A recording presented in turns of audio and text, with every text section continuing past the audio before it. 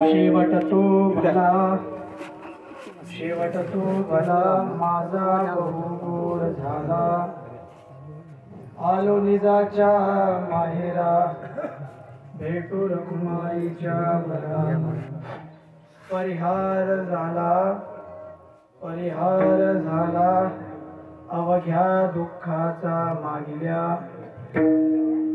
आलो निजाच्या माहेरा भेटू रखुमाईच्या घरा. तुका म्हणे बाणी गेली आता घेऊ धनी, आलो निजाच्या माहेरा भेटू रखुमाईच्या घरा. विठ्ठल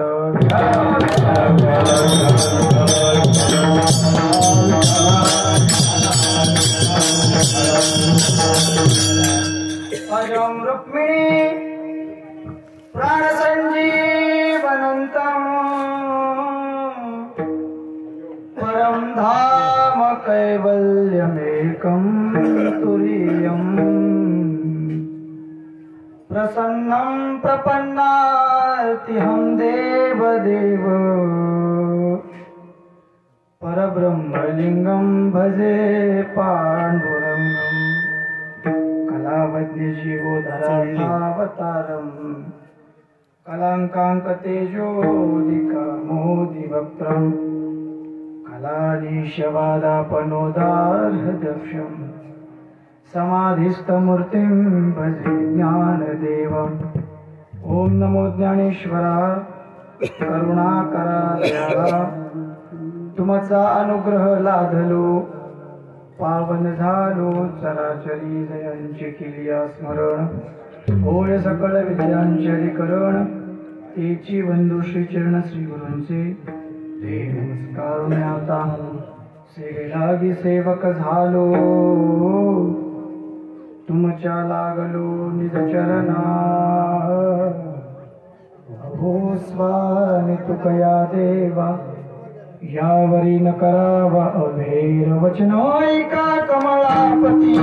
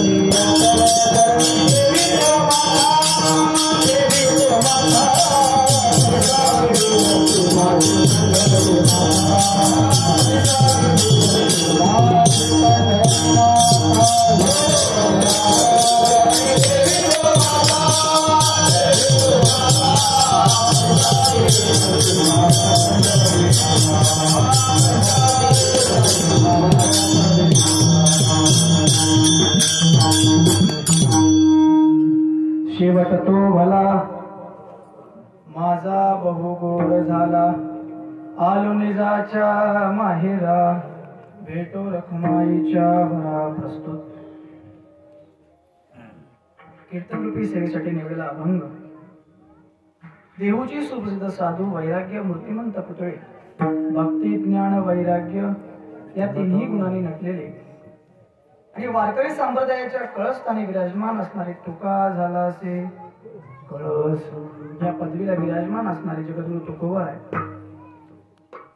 यांचा 4 चरणाचा आणि त्यांनी त्यांच्या आयुष्यामध्ये भक्तीचा अवलंब केल्यानंतर त्यांनी त्यांच्या संबंध आयुष्यामध्ये नामस्मरणाचा अवलंब केल्यानंतर त्यांच्या आयुष्यावरती काय परिणाम झाला याची मीमांसा या अभंगात करतात.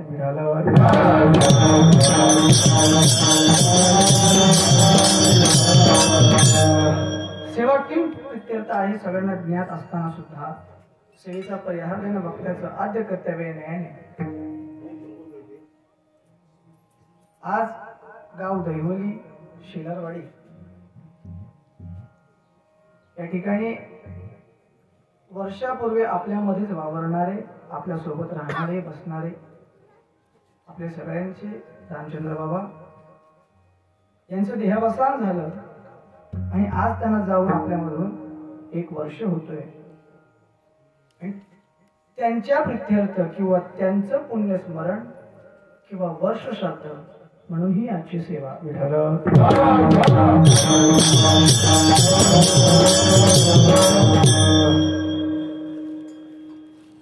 त्यांनी आपल्यावरती केलेल्या उपकाराची आपल्याला जाणीव असणं, संबंध आयुष्यामध्ये त्यांनी आपल्याला घडवलं या कर्तव्याची जाणीव असल्यानं त्यांच्या मागचा त्यांचा परिवार, त्यांची 3 मुलं असतील, मुलगी असेल,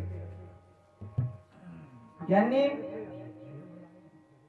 त्यांची आठवण व्हावी किंवा त्यांच्या उपकारातून थोडं कुठेतरी उतराई व्हावं म्हणून त्यांनी केलेला हा खटाटोप आणि त्या निमित्ताने ही आयोजित केलेली कीर्तन सेवा. आज बाबांचा वर्ष श्राद्ध. आता वर्ष श्राद्ध का असावं हे तुम्ही माझ्यापेक्षा 4 पावसाळे, हिवाळे, उन्हाळे जास्त बघितलेली मंडळी आहात. तरी सुद्धा एक व्यवहारिक उपयोग सांगून पुढे सरकतो.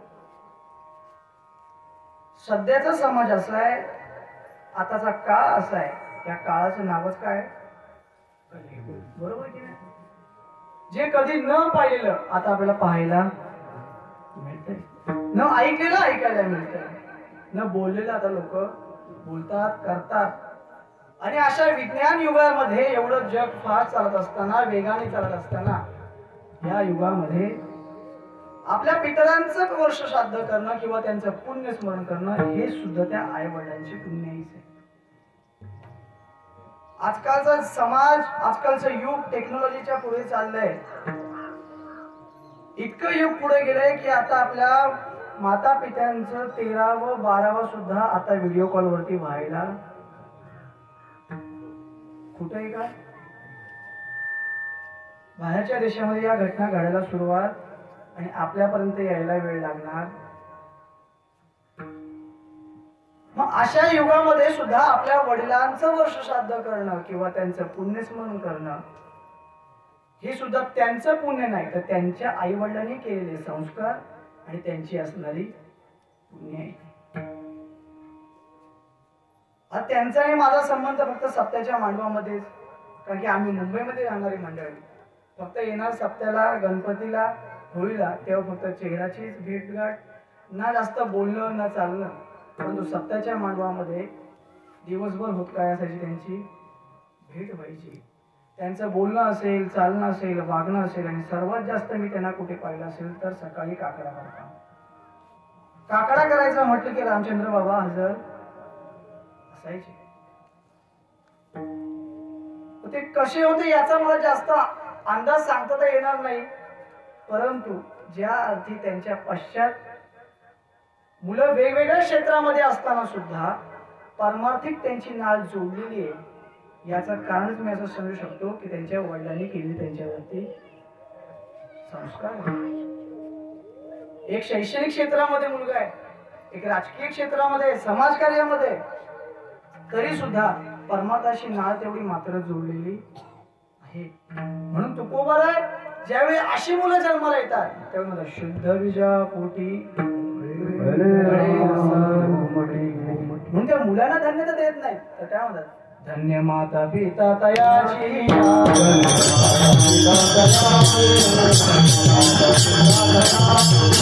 I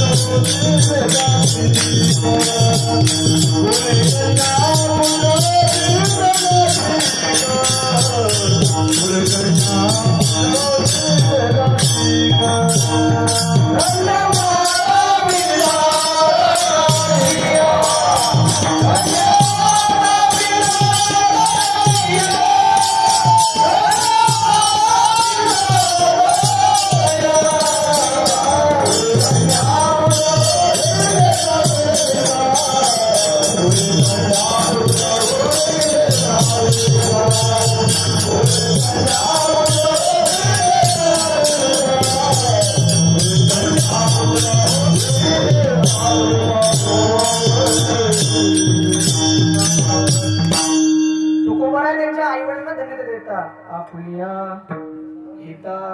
आपल्या हिताजवळ जो असेल, हित म्हणजे काय? प्रॉपर्टी कमवणं, सत्ता कमवणं नाही. हित काय? तर कुळी कन्या पुत्र होती जे सात्विक. सात्विक म्हणजे आपल्या मुलांना संस्कारित करणं. हे काय आहे? खरं हित आहे. म्हणून तुकोबाराय आपल्या आई वडिलांना धन्य माता पिता दयाची. अशा जर बीज शुद्ध असेल, येणारी फळं सुद्धा कशी येतात? जर गोड आंब्याची वाट लावली तर येणारे आंब्याची फळं कशी असणार आहेत? गोडच असणार आहेत. ज्या ते यांच्याकडून परमार्थिक सेवा घडते, त्याचा अर्थ त्यांचं बीज सुद्धा कसं आहे? त्याच प्रकारचं आहे.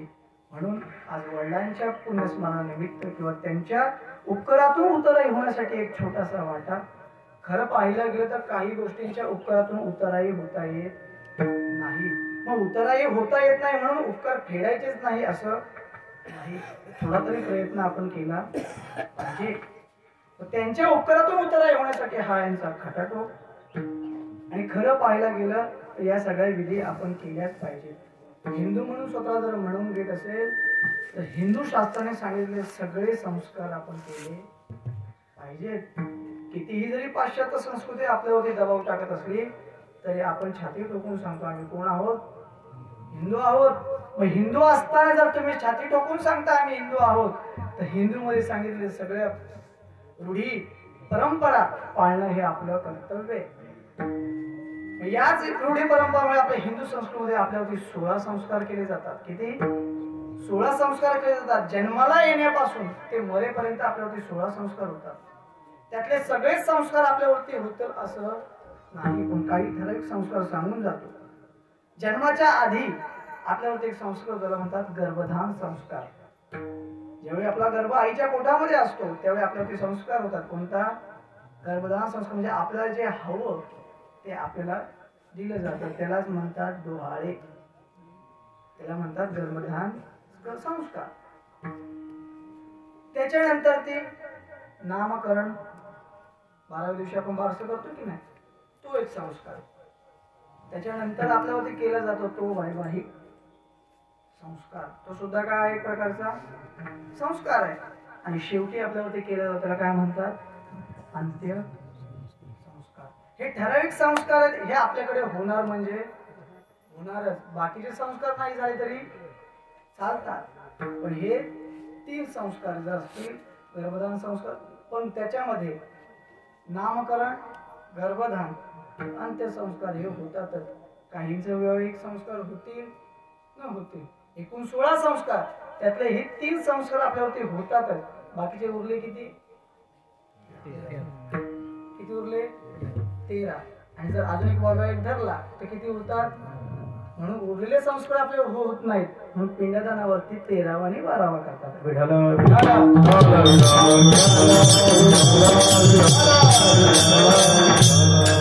हे आपली हिंदू संस्कृती असेल, 10वा असेल, 13वा असेल, वर्षश्राद्ध असेल, हे संस्कार आपण केलेच पाहिजे. कारण की पिटले पितरांचे माझे झाले गलावर्तन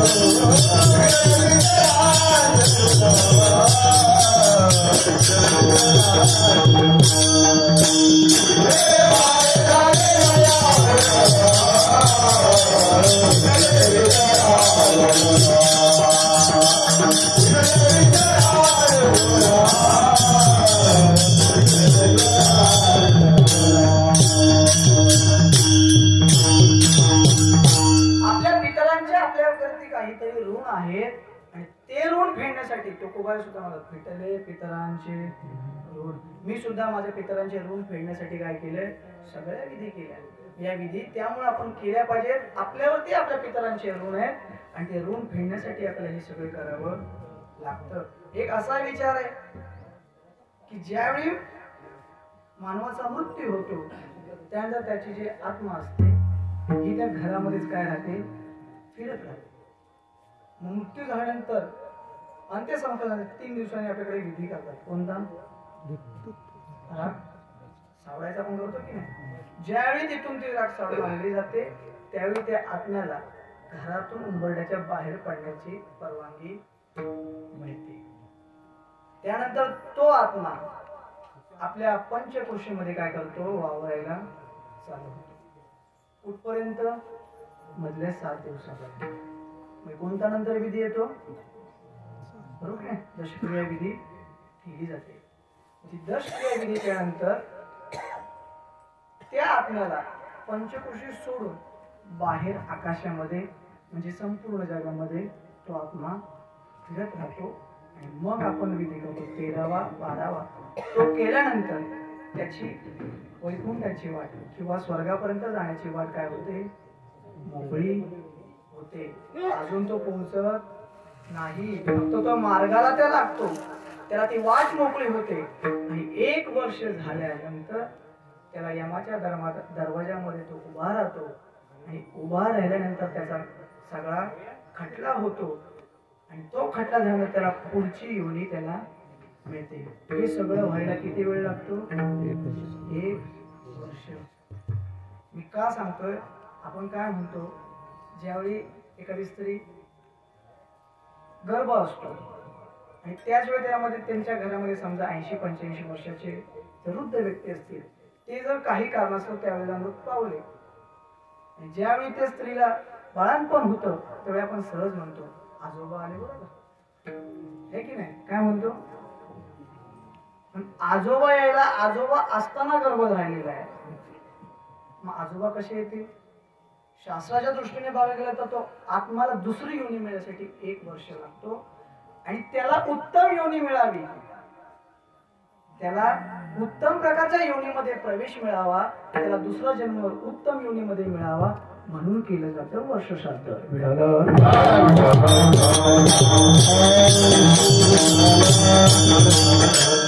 हे एक कारण. दुसरं कारण म्हणजे आपल्याकडे 3 देवता मानल्या जातात, ग्रामदेवता, कुळदेवता आणि तिसरी पितृदेवता. कुळदेवता ग्रामदेवता यांना सुखी ठेवण्यासाठी आपण प्रयत्न करतो. जत्रा असते, कोणी काही बळी समजा आपलं ते असतं वर्षाचं काय असेल, कोण राखण देते, कोण देते, कशासाठी आपल्यावरती कुळदेवताचे किंवा ग्रामदेवताचे वाईट दृष्टी पडू नये म्हणून, त्यांची कृपा आपल्यावरती असावी म्हणून त्यांच्यासाठी केलेले हे उपचार.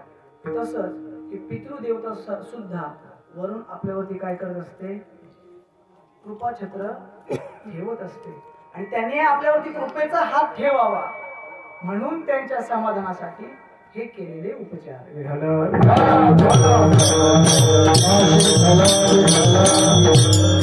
म्हणून या विधी आपण केल्या पाहिजेत का, तर आपल्याला आपल्या पितरांच्या आशीर्वादाची भरपूर गरज असते. कुळदेवतेची ग्रामदेवतेची हे उपचार केलेच पाहिजेत. कोणी कितीही म्हटलं करून काय मिळणार आहे, तू थांब बाबा.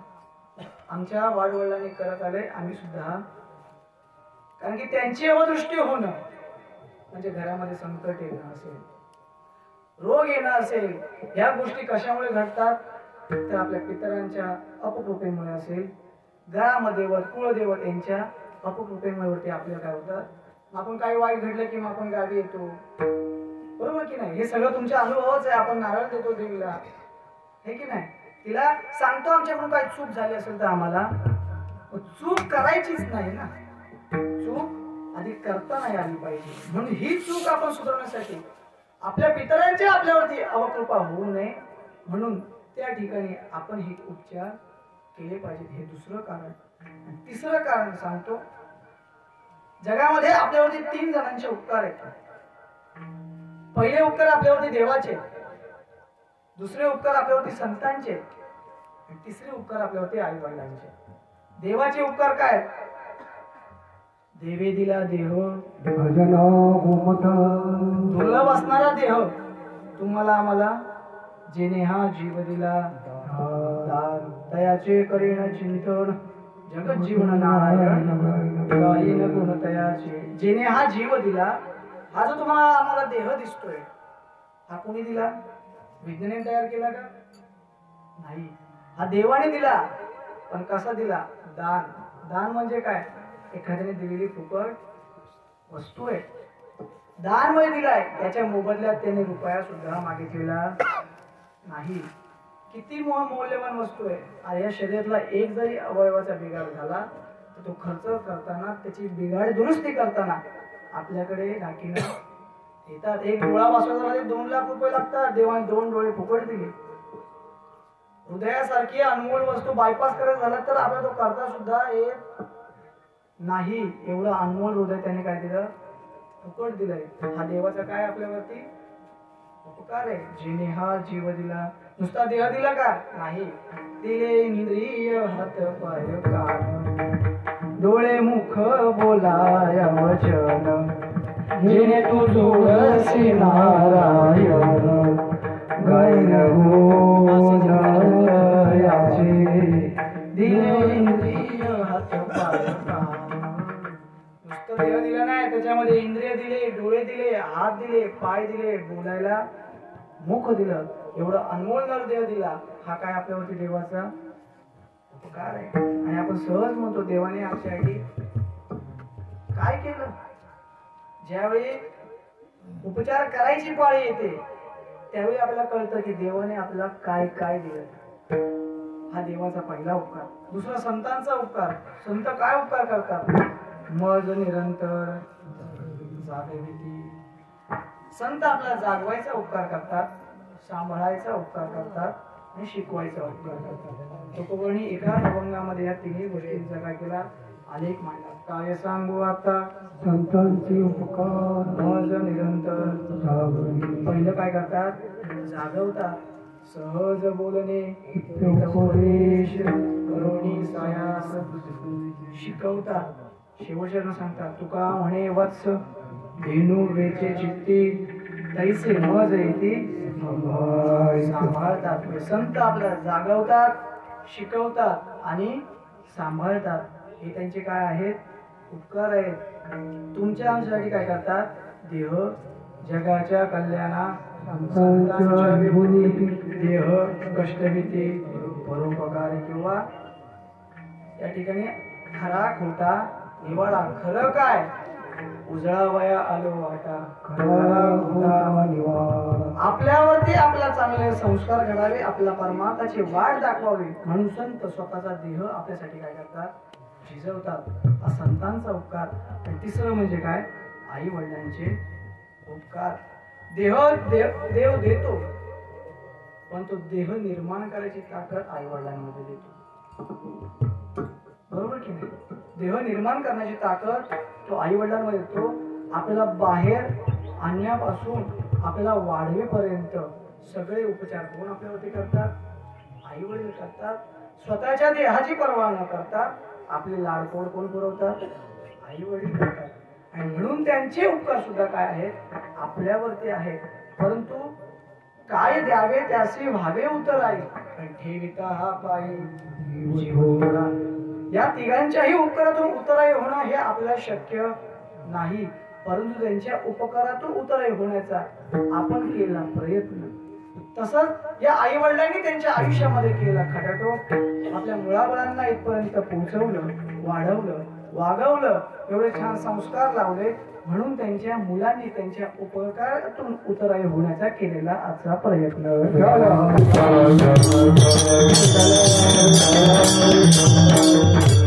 आजची नैमित्तिक सेवा म्हणजे वर्षश्राद्ध असल्यामुळे काही विषयही मांडावे लागतात. अभंगाला हात घालण्या अगोदर अभंगाची सुरुवातच एका शब्दाने झाली. कोणता शब्द आहे? शेवट तो मला. सुरुवातच कोणत्या शब्दाने झाली? शेवट. म्हणजे शेवट हा शब्द प्रत्येकाच्या आयुष्याशी काय निगडीत आहे. आणि असा निगडीत आहे, एक वेळेस तुमच्यापासून सर्व लांब जाईल पण तुमचा शेवट लांब जाऊ शकत नाही. जगामध्ये जन्मल्यानंतर आपल्याकडे जो एक पत्रिका छापली जाते, त्या पत्रिकेमध्ये असतं आपणास कळवण्यात अत्यंत आनंद होत आहे की, आणि दुसरी पत्रिका एक छापली जाते आपणास कळवण्यात अत्यंत दुःख होत आहे. म्हणजे आपल्या जीवनामध्ये या दोन पत्रिका येतात म्हणजे येतातच. ज्याचा जन्म झालाय त्याचं मरण का असं कुठे आहे का जो जन्माला आला तो मरणार नाही? उपजल्या पिंडा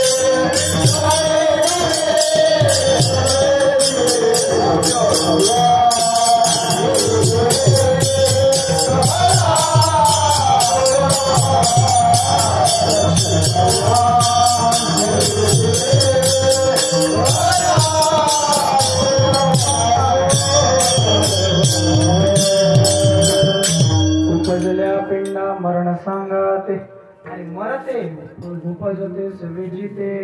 म्हणजे एकदा पिंड उपजला की त्याच्या मागे आपोआप लिहून येतं त्याचं मरण हे काय निश्चितच आहे.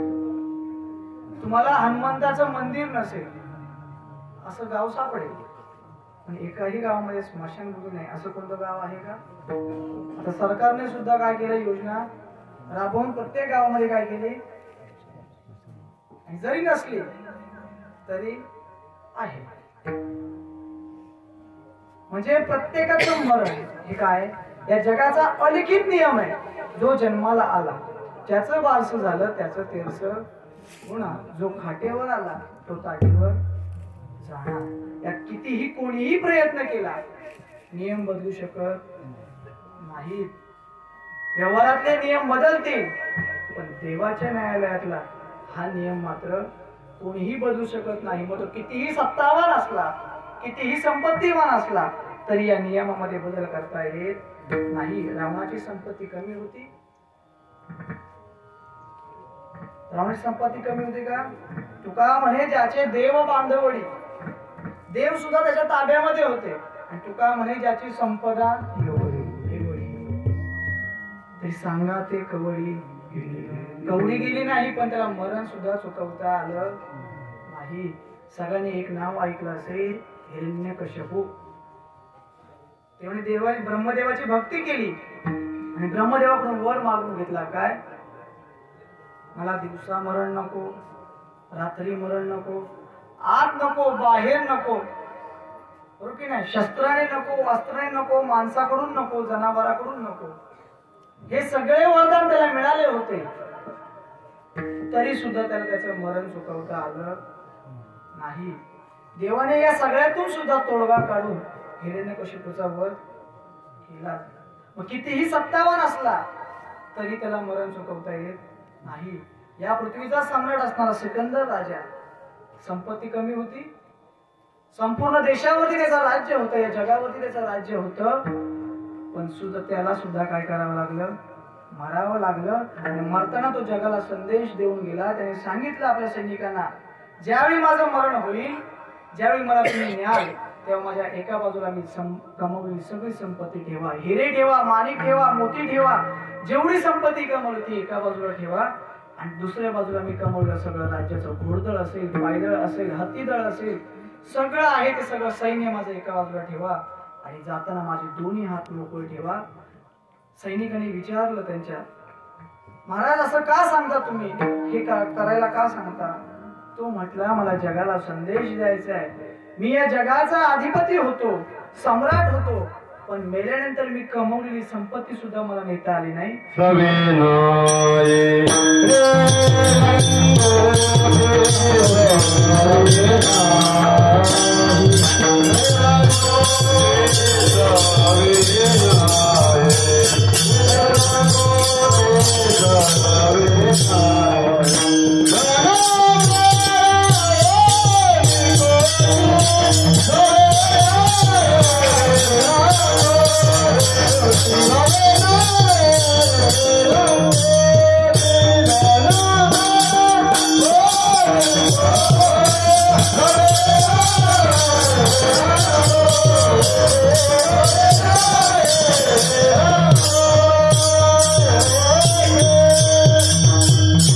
सांगण्याचा उद्देश इतका, कितीही संपत्तीवान असला आणि कितीही बळवान असला पण त्याला मरण चुकवता येत नाही. हे झालं साधा व्यवहारातलं. कबीर महाराज म्हणतात, पीर मरे पैगंबर मरे, मर गए जिंदा जोगी, जपी तपी संन्यासी मर गए हकीम रोगी. 9 भी मर गए, 10 भी मर गए सहस्त्र 88, 33 कोटी देव मर गए, पडे काल के फासी. 33 कोटी देवांना सुद्धा या ठिकाणी काय व्हावं लागतं, मारावं लागतं. येथे उर नाही आले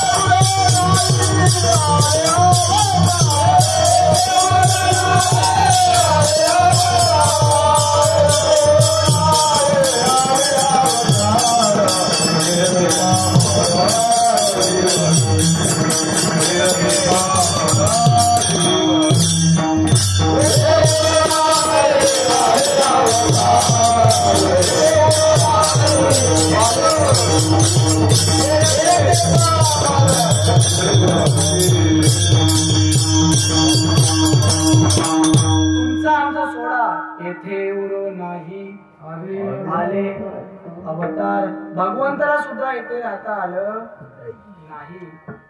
अहो, ज्याचा मुलगा या जगाचा चालक मालक आहे, लक्ष्मी सारखी ज्याची सून आहे,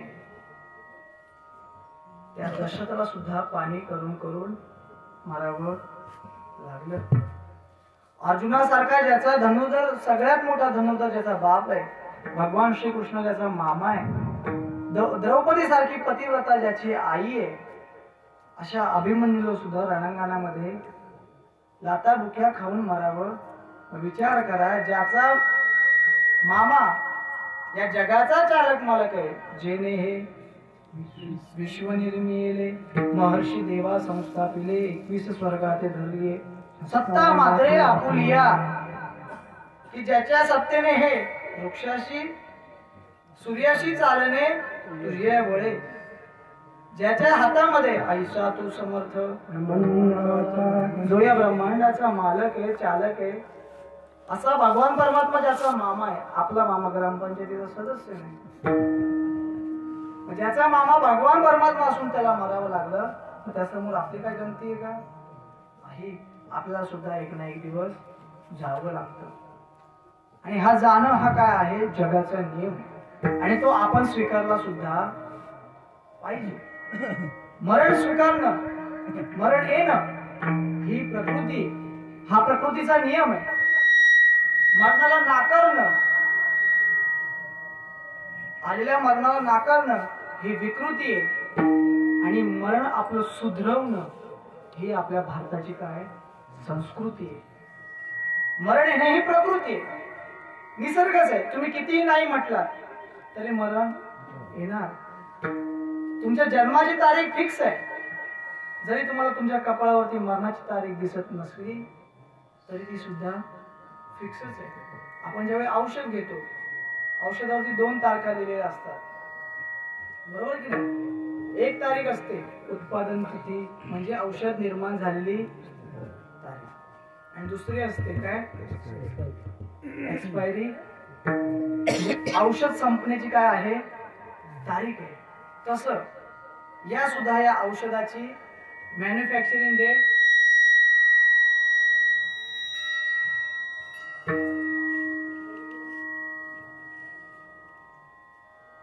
याची सुद्धा तारीख एक्सपायरी ठरलेली आहे. हा सुद्धा कधी ना कधी एक्सपायर होणार. नाशिवंत देह जाणार सकळ आयुष्य खातो काळ, देह जाईल जाईल त्यासी काळोबा खाईल, त्यासी काळोबा खाईल, देह जाईल जाईल, देह जाईल जाईल. 2दा चक्रात्मक सांगितलं की हा देह जाणारच आहे, पण तो जाणार आहे.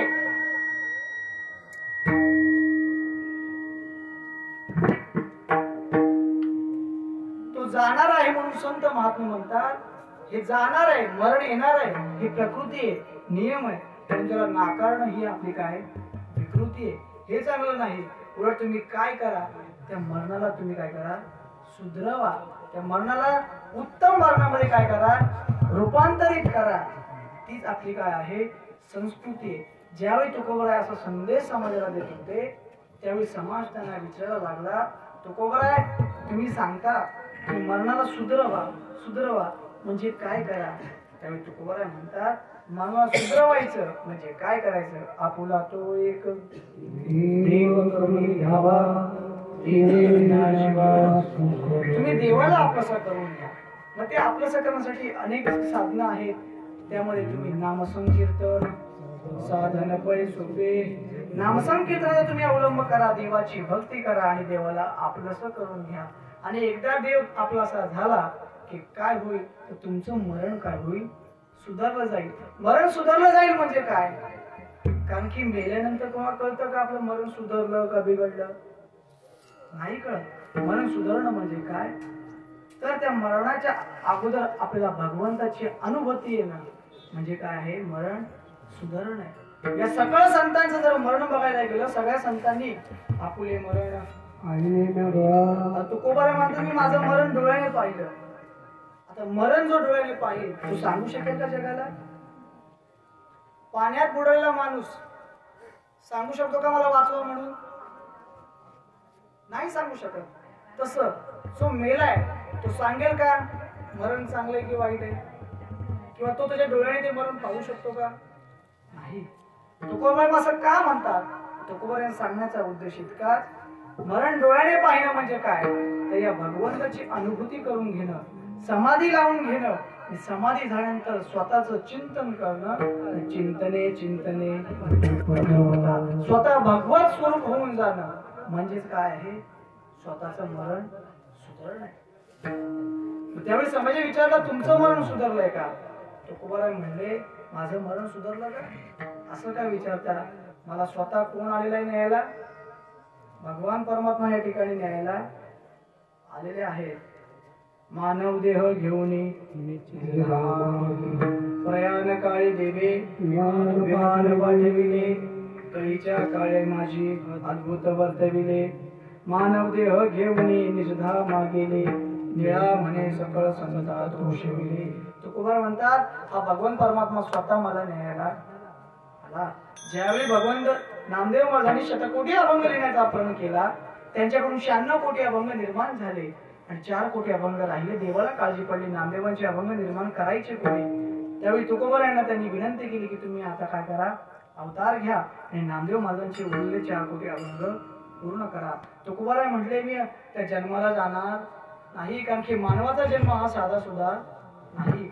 अट घातली तुकोबारायांनी देवाला, ज्याप्रमाणे मला नेताय त्याच प्रकारे आणणार असाल तर मी या धर्तीवरती काय घेतो, अवतार घेतो. तुकोबारायांनी शब्द दिला, जसं तुम्हाला सोडतोय तसं मी घेऊन येणार.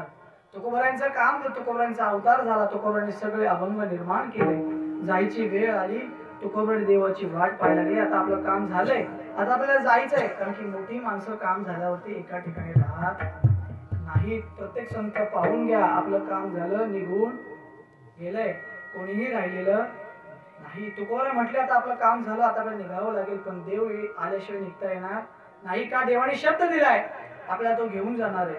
देवाची वाट पाहताय, देवाची वाट पाहताय, देव मात्र यायला तयार नाही. तुकोबारायांना वाटलं असेल देव विसरला असेल, जगाचा व्याप त्याच्या डोक्यामध्ये आहे, त्यामुळे तो विसरला असेल की तुकोबारायांना आपल्याला आणायला जायचंय. देवाच्या जवळ असणारे संताधिक संत त्यांना तुकोबारायांनी विनंती केली, तुम्ही संताधिक संत मानविता कृपावंत, तुम्ही कृपावंत आहात, माझ्यावरती एक उपकार करा, एवढा करा आणि सांगा देवा नमस्कार. माझी भाकावी करुणा विनवा वैकुंठीचा राणा, माझी करुणा भाका आणि त्याला माझा निरोप काढल्या, त्याच्यापर्यंत पोहोचवा. संताधिक संत गेले आणि त्यांनी सांगितलं तुकोबारायांना, आम्हाला जायला काहीच हरकत नाही हो, पण त्या ठिकाणी आमच्यापेक्षा तुमचं काम, त्यांचं जे वाहन आहे ते करू शकतो. तुकोबारायांना म्हटले की तुम्ही त्यांच्या वाहनाला विनंती करा. तुकोबारायांनी त्यांच्या वाहनाला विनंती केली. गरुडाचे पायी वेळोवेळा डोई, त्यांच्या चरणावर त्यांनी नतमस्तक झाले आणि गरुडाला सांगितलं की देवाला माझा नमस्कार सांगा. त्यांना सांगा तुकोबाराय बाहेर आले, त्यांना न्यायला तुम्हाला यायचंय. गरुड म्हणाला मी केलं असतं काम, पण माझ्या विश्वासाच्या जवळ त्यांची पत्नी आहे, देव झोपलेले आहेत आणि त्यांचे पाय कोणाच्या हातात आहेत, पाय लक्ष्मीचे हाती, त्यांच्या पत्नीच्या हातामध्ये त्यांचे पाय आहेत आणि त्यांच्याकडेच काय आहे, ती ताकद आहे त्यांना उठवण्याची. आमच्याकडे ती ताकद नाही. लक्ष्मीकडे गेले, पाय लक्ष्मीचे हाती आणि तिसी यावे. तुकोबारायांनी लक्ष्मीला विनंती केली, पण लक्ष्मी म्हटली मी सुद्धा माझ्या स्वामींची निद्रा मोडू शकत नाही. मला तुकोबाराय म्हटले मला उपाय सांगा. ते म्हटले एक काम करा, ज्या गादीवरती माझे पती झोपलेले आहेत त्यांना तुम्ही विनंती करा, त्यांनी जर त्यांची कूस थोडीशी बदलली, त्या हालचालीमुळे जर माझ्या स्वामींची निद्रा मोडू शकते. मग त्यामुळे तुकोबाराय गेले. तुका म्हणे शेषा जागे करा ऋषिकेशा. त्यांनी शेषाला विनंती केली, शेषाने थोडीशी कूस बदलली आणि कूस बदलल्यामुळे थोडी हालचाल झाली. देव उठले आणि देवाने विचारलं काय झालं तुकोबाराय. तुकोबाराय म्हटले अहो देवा तुम्ही विसरला, तुम्ही मला न्यायला येणार होता. देव म्हटले चला येतो न्यायला. आता दिवस जवळ आले बरं का, 4 दिवसांनी होळी झाली तर 16 तारखेला तुकोबारायांना देव न्यायला येते. देव शिमग्याच्या पिरियडला आले, देव न्यायला आले दशमीला. दशमीला आल्यानंतर तुकोबाराय म्हटले की चला आता निघूया. तुकोबाराय म्हटले देवा उद्या एकादशी आहे, एकादशीला निघणं बरं वाटत नाही, एकादशीला जागर करू आणि आपण. देव त्या ठिकाणी थांबले, तुकोबारायांचं ऐकून थांबले, एकादशीला थांबले. एकादश झाली, तुकोबारायांना पुन्हा म्हणाले चला तुकोबाराय निघूया. तुकोबाराय म्हटले एकादश झाली, 12 सोडल्याशिवाय कसं निघता, द्वादशी सोडू आणि मग आपण. द्वादश सोडली, सकाळी जेवण झालं, उपवास सोडला. देवाने पुन्हा विनंती केली तुकोबाराय निघायचं का. तुकोबाराय म्हटले अहो देवा 2 दिवसावरती होळी येते, होळीची पोळी खाऊ आणि मग आपण जाऊ. देव 2 दिवस थांबले, होळी झाली, होळीची पोळी खाल्ली. पुन्हा देवाने विनंती केली तुकोबाराय आता चला बरं का, आता खूप उशीर झाला, आता निघूया, 12:15 व्हायला आले, आपल्याला लवकर आटपायचंय, चला निघू. तुकोबाराय म्हटले थांबा, अजून आपल्या सोबत गावकरी येतात का पाहूया. त्यांनी गावामध्ये सांगितलं की मी वैकुंठाला चाललोय, कुणी येत असेल तर चला. पण कोणीही यायला तयार नव्हतं. सांगायचा मुद्दा इतका की तुकोबारायांना स्वतः कोण आला न्यायला, भगवंत आले. त्यावेळी तुकोबाराय ज्यावेळी समाजाने प्रश्न विचारला तुमचा शेवट कसा झाला, तुम्ही जगाला सांगता तुमचा शेवट सुधरून घ्या, शेवट सुधरून घ्या, देवाला प्राप्त करून घ्या. तुम्ही आम्हाला सांगितलं तुम्हाला देव न्यायला आला म्हणजे तुमचा शेवट कसा झाला, त्यावेळी तुकोबार म्हणतात देव न्यायला आलाच म्हणजेच माझा शेवट कसा झाला, गोड झाला. हे अभंगाच्या पहिल्या चरणात. शेवट तो भला,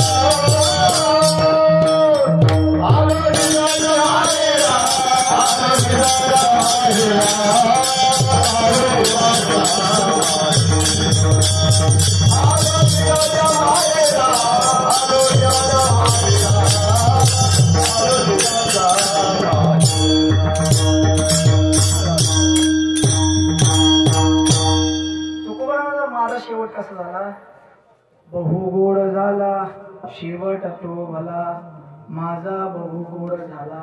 मला स्वतः काय आला, देव न्यायला आला, त्याच्यामुळे मी स्वतः म्हणू शकतो माझा बहुगोड झाला. कारण की कसं आहे, काहींची सुरुवात गोड असते, शेवट वाईट असतो.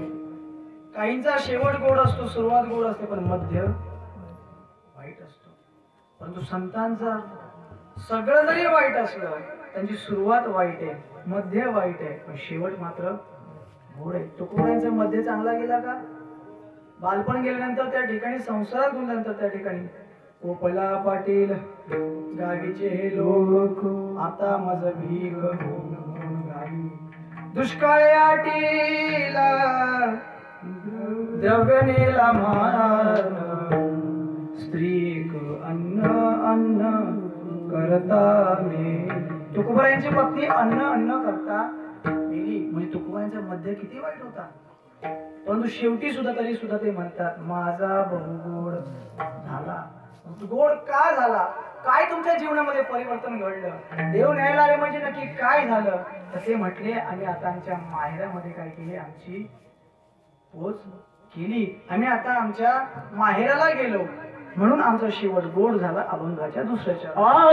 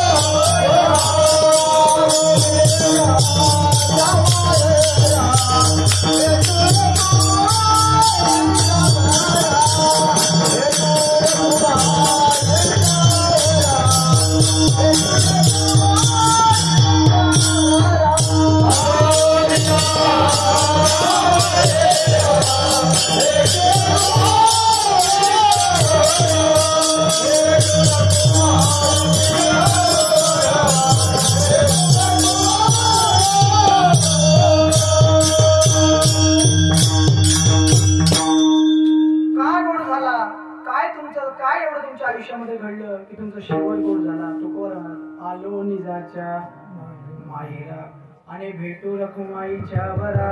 आम्ही आमच्या माहेराला आलो बरं का. सगळ्या संतांचं माहेर हे एकच आहे आणि माहेराला आल्यानंतर सगळ्यांनाच गोड. या ठिकाणी महिला बसल्या. नवीन लग्न झालं किंवा कितीही वर्ष झाली तरी महिलांना आपल्या माहेरला गेल्यावरती वेगळीच गोडी वाटते की नाही का? शेवटी माहेर ते माहेर. सासरमध्ये कितीही जरी माया मिळाली तरी माहेरच्या मायेची ऊब घेता येत नाही. तसं संत म्हणतात आमचं जे माहेर आहे ते माहेरामध्ये गेल्यानंतर आम्ही आमच्या भेटू रखुमाईच्या वरा. एग एग विठाबाई माझे पंढरीची. विठाबाई आमची कोण आहे? आई आहे. तुमचा बाप आहे. विठ्ठल माय बाप चुलता. विठ्ठल भगिनी आणि भ्राता. मग आमचं ते काय आहे? म्हणजे काय माहेर आहे? माझे माहेर पंढरी आहे भिवरेच्या तिरी. आहे भिवरेच्या तिरी. कोणतं माहेर? पंढरी माझं काय आहे? जाईन गे माये दया पंढरपुरा. भेटे न माहेरा बोलिया. भेटे न माहेरा बोलिया. आबुलिया आबुलिया कोणतं माहेर? तर पंढरपूर हे आमचं काय आहे? माहेर आहे. आणि त्या पंढरपुरामध्ये आमचे कोण आहेत? मायबाप आहेत. विठ्ठल रुक्मिणी आहेत. आणि म्हणून आलो निजाच्या. या ठिकाणी दुसरा अर्थ असा, निजाच्या माहेरा म्हणजे स्वतःचं निज तत्व जागवणं, स्वतःमध्ये भगवत चिंतन करून स्वतः भगवत स्वरूप होणं म्हणजे सुद्धा काय आहे? भेटू रखुमाईच्या वरा. म्हणून आमचं स्वतः जर आपण आत्मस्वरूप झालो, आपलं निज तत्व जागवलं आणि आपण स्वतः भगवत स्वरूप झालो म्हणजे आपले मरण आपण चुकवलो. आणि मग म्हणता येईल माझा बहुगोड झाला. त्यावेळी समाज त्या ठिकाणी साधक मंडळी विचारले तुकोबर आहे, तुम्ही तुमच्या भगवंताला भेटले, माहेराला गेलात, त्याने असं काय तुमच्या जीवनामध्ये परिवर्तन घडतं? माहेरला गेल्यावरती काय होतं? तुकोबारा म्हटले माझ्या आयुष्यात आली सगळी संकट काय झाली? माझ्या मायबापाला बघून त्याच्या चिंतनाने असेल, त्याच्या भक्तीने असेल, त्याच्या नामसंकीर्तनाने असेल किंवा त्याच्या भेटीमुळे असेल, ते भेटलं आणि माझ्या आयुष्यात आलेली सगळी संकट दूर झाली. जेवढं मागचं होतं किंवा येणार होतं ते सगळं दूर झालं. अभंगाच्या तिसऱ्या चरणात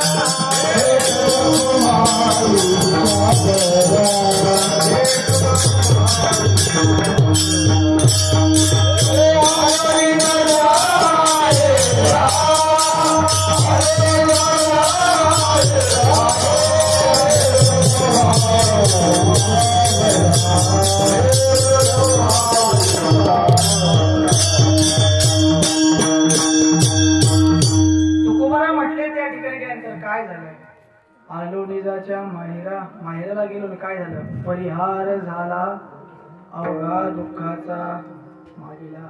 माझ्या जीवनामध्ये असलं सगळं दुःख त्या ठिकाणी काय झालं? संपलं. मग ते व्यावहारिक दुःख असो किंवा पारमार्थिक दुःख असो, कोणत्याही प्रकारचं दुःख घ्या, माझ्या आयुष्यातून ते निवृत्त झालं. मला आता कसली भीती राहिली नाही. का? हरियाला हाता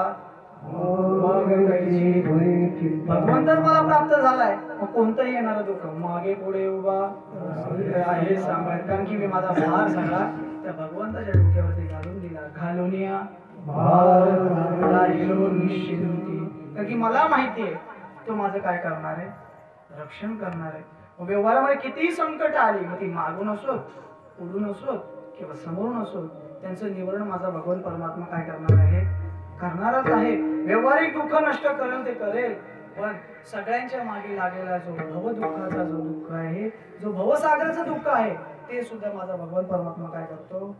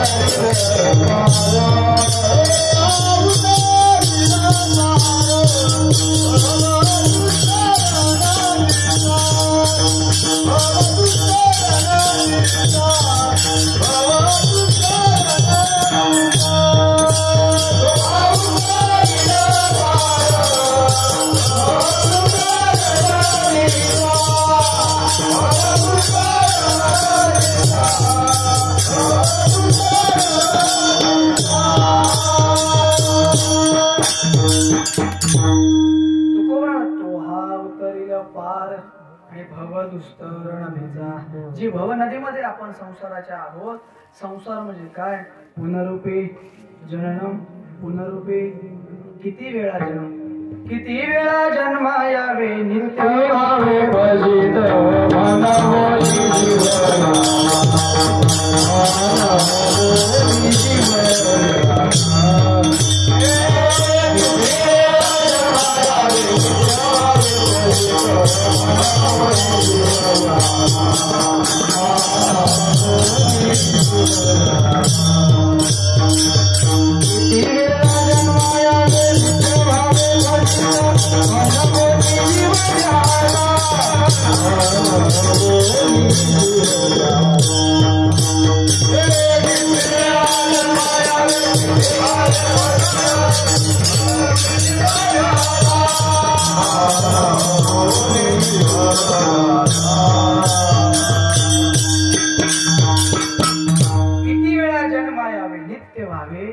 उपजते नासे, नासिले ते पुनरुपी दिसे, हे घटिका यंत्र जैसे.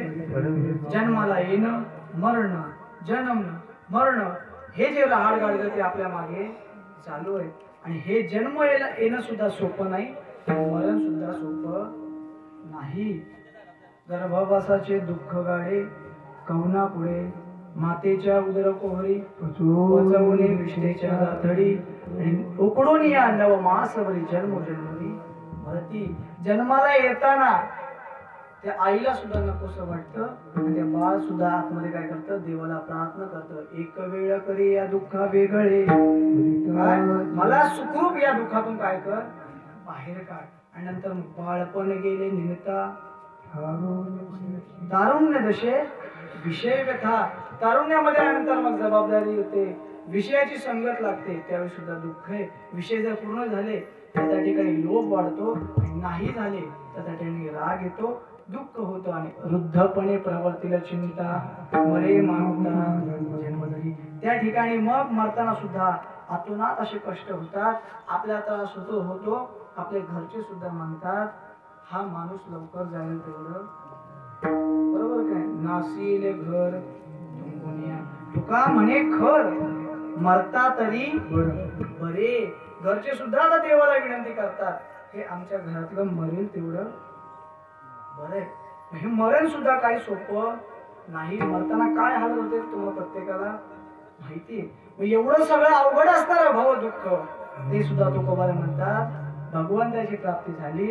आणि काय झालं त्यांची सरली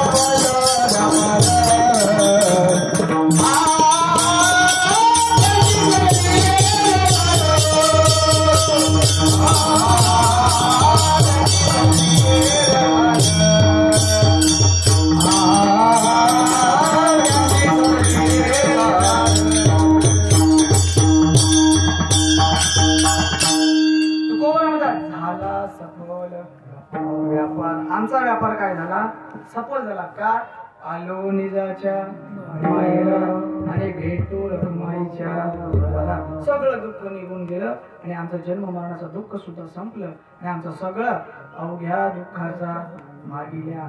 पण हे तुकोबा कशामुळे झालं तुम्ही असं काय जीवनामध्ये कोणतं साधन अवलंब केलं तुकोबा म्हटलं दुसरं काहीच नाही आमच्या वाणीला आम्ही सवय लावली भगवंताचं नामचिंतन केलं इतकं चिंतन केलं तिला अडवलं सुद्धा ती अडत नव्हती. तुकोबा म्हणतात शेवटच्या या वाणीला आम्ही आता ते धन जे आहे पांडुरंग नामाचं ते घ्यायला आम्ही अट्टहास केला आणि ती वाणी आता आम्ही न सांगता सुद्धा ते भगवंताचं नामचिंतनाचं धन घेते हे अभंगाच्या शेवटच्या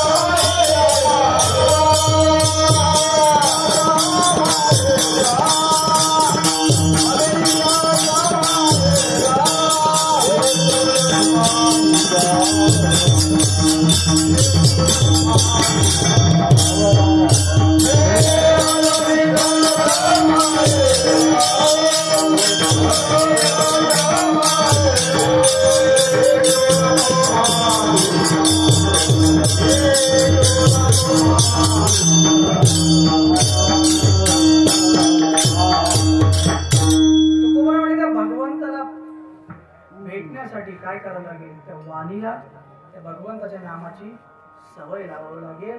आम्ही सुद्धा तेच केलं. तुका म्हणे वाणी गेली आता घेऊ धनी. धन म्हणजे काय संपत्ती का नाही नामाचं धन.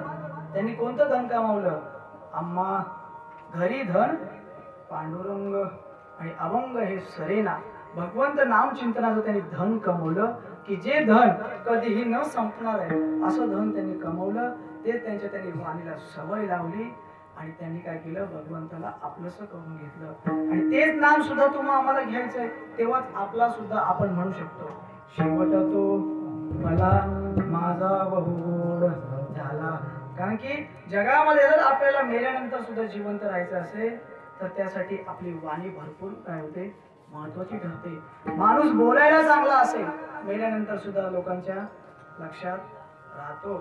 समाजामध्ये तुम्हाला सांगून जातो वाणी आणि पाणी या दोन गोष्टी भरपूर महत्वाच्या आहेत बरं का.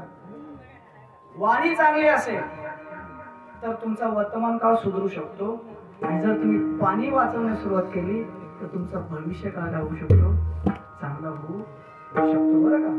वाणी जर चांगली ठेवली तुमचा वर्तमान काळ चांगला होईलच. चांगली माणसं तुम्हाला जोडली जातीलच. पण तुम्ही गेल्यानंतर सुद्धा त्याच्या डोळ्यामध्ये काय होऊ शकतं तुमच्याबद्दल अश्रू येऊ शकतात. आणि पाणी जर तुम्ही आतापासून वाचवायला सुरुवात केली तर तुमचा भविष्य काळ सुद्धा काय होऊ शकतो चांगला होऊ शकतो. कारण की आतापासूनच एवढं ऊन आहे, उद्या भविष्यात आपल्याला पाणी मिळेल की न मिळेल याची शाश्वती नाही. त्यामुळे त्याची जोपासना आतापासूनच करावी लागेल. व्यवहारात ती जोपासना केली तर आपल्याला पाणी मिळेल. तशी परमार्थिक जोपासना जर तुम्हाला भविष्याची चांगली करायची असेल तर तुम्हाला त्याची वाणी आतापासून चांगली करावी लागेल. तेव्हा तुमचा भविष्यकाळ चांगला होईल. कारण की ही वाणी जर तुमच्या वाणीला तप पाण्यात असेल तर भगवंताचं नामचिंतन करणं गरजेचं आहे. बाबांच्या आज या ठिकाणी समारंभाला तुम्ही सगळे जमलो आहोत याचं कारण एक असू शकतं त्यांची वाणी. मी जेव्हा जेव्हा पाहिलं बाबांना हाक जरी मारले तरी बाबा कसा आहेस, बरं आहेस का, मुंबईला कसं आहे, कसं चाललंय, सगळे विचारपूस करत होते. तर माझ्याबद्दल काय असेल सगळ्यांची तशी होत असेल. त्यांचं बोलणं चांगलं आहे म्हणून आज आम्ही या ठिकाणी त्यांच्या प्रीत्यर्थ काय झालो आहोत जमलो. नाही कोणाला वेळ आहे आता, कोणाला वेळ आहे आज एक मिनिट सुद्धा कोणासाठी वेळ करायला कोणाकडे वेळ नाही. परंतु मुंबईवरून सुद्धा या ठिकाणी आज त्यांच्यासाठी या ठिकाणी माणसं आली. याचा अर्थ त्यांची वाणी कशी आहे, गोड आहे, मधुर होती. आणि त्यांचं वाणीचं तप तर येणारच, त्यांचं भजन सुद्धा तसंच होतं. कारण की मी मगाशी सुरुवातीला म्हटलं मी त्यांना सगळ्यात जास्त कुठे पाहिलं असेल काकड्यामध्ये. काकडा हा असं चिंतन आहे की त्याच्यामध्ये वाणीचं तप तुम्हाला आलंच पाहिजे. तुमची वाणी गोड, कारण काकड त्यांच्या सुद्धा चाली तशा आहेत. बाबांनी सुद्धा अशा चाली म्हटल्या की ज्या चाली ऐकाव्याशा वाटतात. नाहीतर आता अशा चाली निघाल्या. एक नवीन पुष्पा, त्या पुष्पा पिक्चरची चाल आता काय करतात गाण्याला अभंगाला म्हणतात. परंतु काय एक चाल कशी असावी, रूप पाहता लोचनी लोचनी, रूप पाहता लोचनी, सुख झाले हो साजनी, सुख झाले हो साजनी, तुहा विठ्ठल बरवा बरवा, तुहा विठ्ठल बरवा, राहू आता हिची जाण, राहू आता हिची जाण, डोळा मन लंपट, डोळा मन लंपट, कोण कोण जीवे, कोण कोण जीवे, उंचडीच काही नेने भगवंत, तिष्ठे भाव भक्ती देखोनिया, तिष्ठे भाव भक्ती देखोनिया, तिष्ठे भाव भक्ती देखोनिया, उठा जाये वारे आता, स्वर्ण पंढरीनाथा, भावे चरणी ठेवा माता, सुरी व्यथा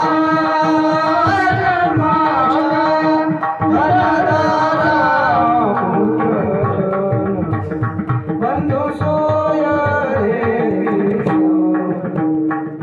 योगिया दुर्लभ देखिला पाहता पाहता मना पुढे देखिला देखिला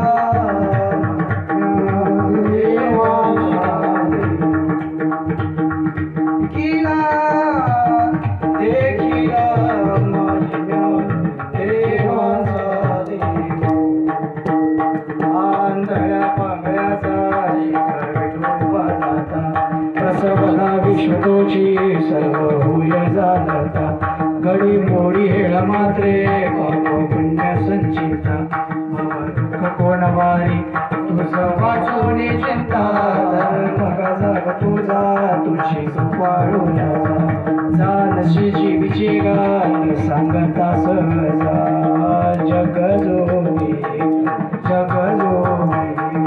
जागे जाग बोलती जागता जगदेव राखा काही भाव अवघा क्षेत्रपाळ पूजवा सगळा जगजोगी जागे जाग बोलती वृंदावनी वेणू कवनाचा वेणुनादे गोवर्धन काजी पुच्छ पसरुनी मज पाहता वासती यादवराजे वृंदावनी वेणू कवनाचा ज्ञानेश्वर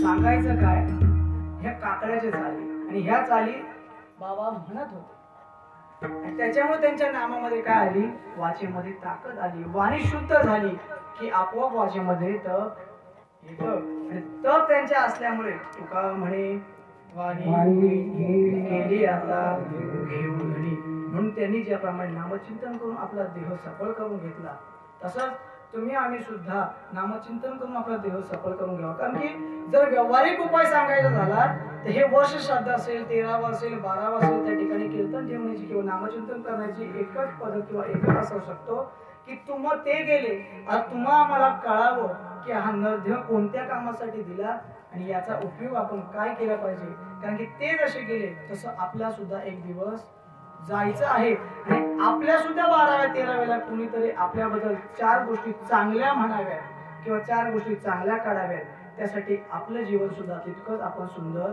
बनवलं पाहिजे त्यासाठी सुंदर करण्यासाठी आपलं वर्तन चांगलं असावं आपली वाणी चांगली असावी आणि देवाचं नामचिंतन आपल्या मुखाला असावं तेच भगवंताचं नामचिंतन आपण एकदा करूया विठोबा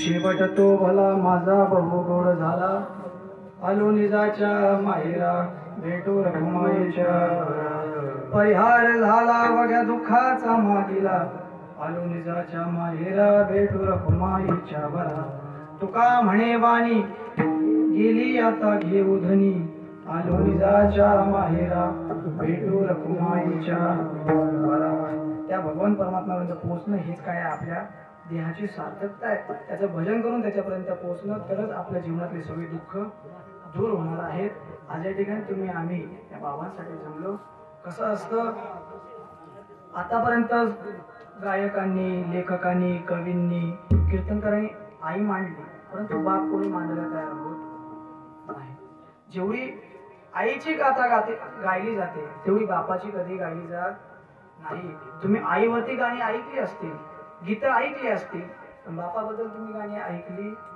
नसतील, कारण की बाप हा कधीही बघितलं पडद्या मागचा कलाकार असतो. आपण टीव्ही वरती पिक्चर मध्ये सगळे हिरो पाहतो, पण ते हिरोंच्या मागे कष्ट घेणारे पडद्यामागची कलाकार मंडळी असते. तसं आपल्या समोर आई जरी पडद्यावरती दिसत असली, तिची माया दिसत असली, तर त्या आईच्या मागचं त्या पडद्या मागचा कलाकार म्हणजे कोण असतो? बाप असतो. जरी आपण कितीही म्हटलं शेवट हा होणारच, जाणारी व्यक्ती जाणारच, तरी सुद्धा ती व्यक्ती जवळची असल्यानंतर ती केल्यानंतर ती पोकळी भरून निघत नाही. आई जरी मायेचं सागर असला तरी आपल्या डोक्यावरचं छप्पर म्हणजे कोण असतं? बाप असतं. साधा चालता ठेच लागली आपल्या तोंडातून सहज निघतं, काय निघतं? आई. का? ठेच लागल्यानंतर छोट्या दुःखाला आई चालते, पण रस्ता ओलांडताना जर अचानक वेगाने ट्रक आला आणि त्याने अचानक आपल्या जवळ येऊन ब्रेक दाबला, त्यावेळी आपल्या तोंडातून आई का शब्द निघतो का? साहजिकच काय निघतो? बाप रे. का? छोट्या संकटांना आई चालते, पण मोठी संकटात पेण्यासाठी बापाचं छत्र आपल्या मागे लागतं. जरी बाप सोबत नसला तरी बाळा घाबरू नकोस, मी तुझ्या एवढं जरी म्हटलं तरी सुद्धा आपल्यामध्ये काय येते? ताकद येते. अहो देवकीची माया आहे खरंय, यशोदेची माया खरंय, परंतु भर पावसामध्ये कृष्णाला डोक्यावरती घेऊन यमुनेच्या नदीतून घेणारा वसुदेव सुद्धा आपण पाहिला पाहिजे. कौशल्याचं प्रेम खरंय, पण मुलाच्या वियोगामध्ये मेलेला कोण होता? दशरथ बापच होता. कारण की ही भूमिका अशी, जरी त्याला रडता येत नसतं, का? रडला तर मागचं आपल्या असणारा कुटुंब सुद्धा काय होतो? रडतो. म्हणून बापाला सगळ्यांसमोर रडता येत नाही, पण तो दरवाजा बंद करून एखाद्या कोपऱ्यामध्ये जाऊन आपले अश्रू काय करत असतो? पागळत असतो. अशी बापाची भूमिका अवघड आहे आणि ती तुम्हा आम्हाला आपल्या शब्दामध्ये सुद्धा सांगता येणार नाही. अशाच बापाचं क्षेत्र या शिलार कुटुंब विचारून गेलं. आज त्याला बघता वर्ष झालं आणि वर्ष होऊन सुद्धा त्यांना ती पोकळी भरून काढता येऊ शकत नाही. शेवटी तो बाप आहे. बापाचा हात हा बापाचा हात असतो, तरी सुद्धा निसर्गाचा नियम म्हणून आपल्या या गोष्टी काय कराव्या लागतात? सहन करावे लागतात, त्यांना सामोरं जावं लागतं. म्हणून या वडिलांच्या प्रत्यर्थ त्यांच्या उपकारातून उतरणे व्हावं म्हणून हा त्यांच्या कुटुंबाने केला हा सायास. आणि या सायासातून एवढं की त्या सुद्धा आत्म्याला त्या भगवंताने त्यांना त्यांच्या चरणाजवळ लीन करून घ्यावं, त्यांना चांगली सद्गती मिळावी, एवढीच आपण आजच्या दिवशी विनंती करू शकतो. या ठिकाणी मला सेवा करण्याचं निमित्त ज्यांच्यामुळे आलं, ज्याने मला फोन केला ते आमचे राजूदादा शेलार. त्यांनी सांगितलं की आमच्या वडिलांचं वर्ष श्राद्ध तुम्ही कराल का? सुरुवातीलाच म्हटलो सेवेला की सेवक झालो. सेवा आली, भगवंताचं नामचिंतन करण्याची संधी येत असेल त्याला माघारी फिरू नये. सुवासिनी बाईने कधी आपला पदार माघारी घेऊ नये. तसं आम्ही सुवासिनी आहोत, सेवेला कधी नाकारता कामा नाही. त्यांच्यामुळे या ठिकाणी सेवा करण्याचा योग आला. सगळेच असतील, राजूदादा असतील, तर त्यांचे मोठे बंधू आपले साहेब असतील, संजय साहेब असतील, म्हणजे गुरुजी असतील, त्या ठिकाणी गजानन दादा असतील, ताई असतील, या सगळ्यांनी हा खाडोळा करून बाबांच्या प्रत्यर्थ एवढा मोठा सोहळा केला, त्याबद्दल त्यांचे आभारी आहोत. या सेवेसाठी सगळेच हजर असणारे टाळकरी, वारकरी, मृदुंगाचार्य, गायनाचार्य, कोणाची नावं घेत नाही, पण सगळे या ठिकाणी माझ्यापेक्षा कीर्तिवंत आहात, गुणवंत आहात. सगळ्यांच्या चरणी नतमस्तक होतो. आणि सेवेला शेवट करण्याबरोबर सांगतो की भगवंताचं नामचिंतन करा. तुकोबर यांनी सांगितलं लागून या पाया तुम्हाला करे टाळी बोला की नाम. शेवट गोड करायचा आहे ना, तर तुम्हाला भगवान हरी हरी तुम्ही म्हणाले सगळं. तुम्ही शेवट गोडसाठी देवाचं नामचिंतन करा. जर नाही केला तर तुमची सद्गती कशी होईल नाथ मला बरोबर सांगत. हे जरी नाही कालो तरी दुसरा येईल, हे जरी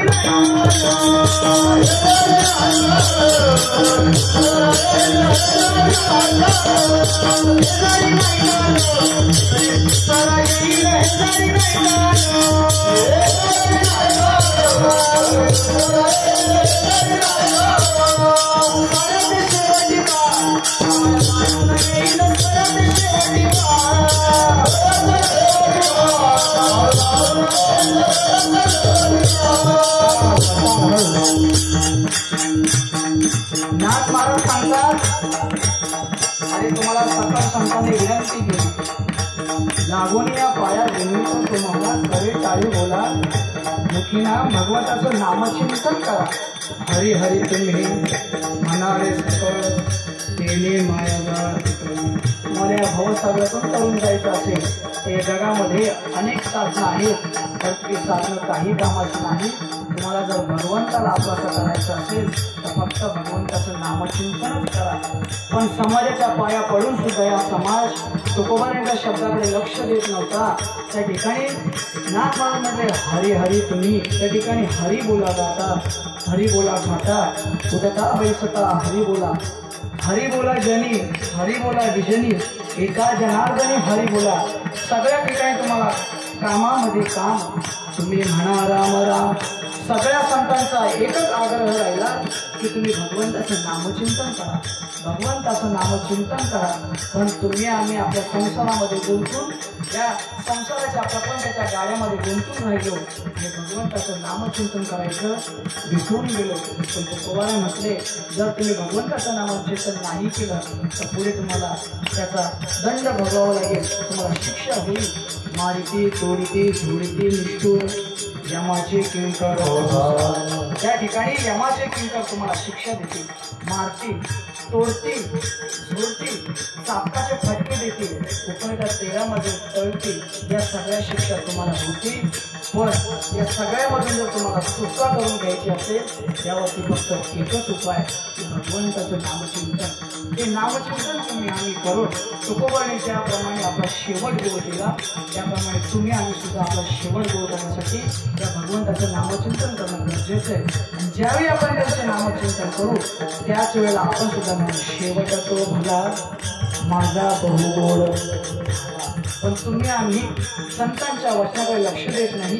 तेच नाथ महाराजांनी पाहिलं आणि त्यांनी पुन्हा आम्हाला खडकावून सांगितलं. एवढ्या विनंती करू जर तुम्ही आमचं ऐकत नसाल यामध्ये तुमचं काही आमचं काही जाणार नाही, यामध्ये तुमचंच नुकसान आहे.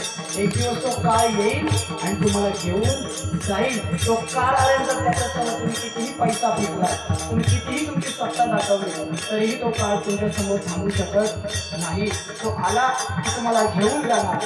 म्हणून तो काल येण्याच्या अगोदर तुम्ही सावध व्हा आणि भगवंताचं नामचिंतन राम राम स्मरा, रामाचं चिंतन करा, नामाचं चिंतन करा. आणि जर नाही केला तर तुम्हाला याची शिक्षा भोगावी लागेल. सरळ शेवटी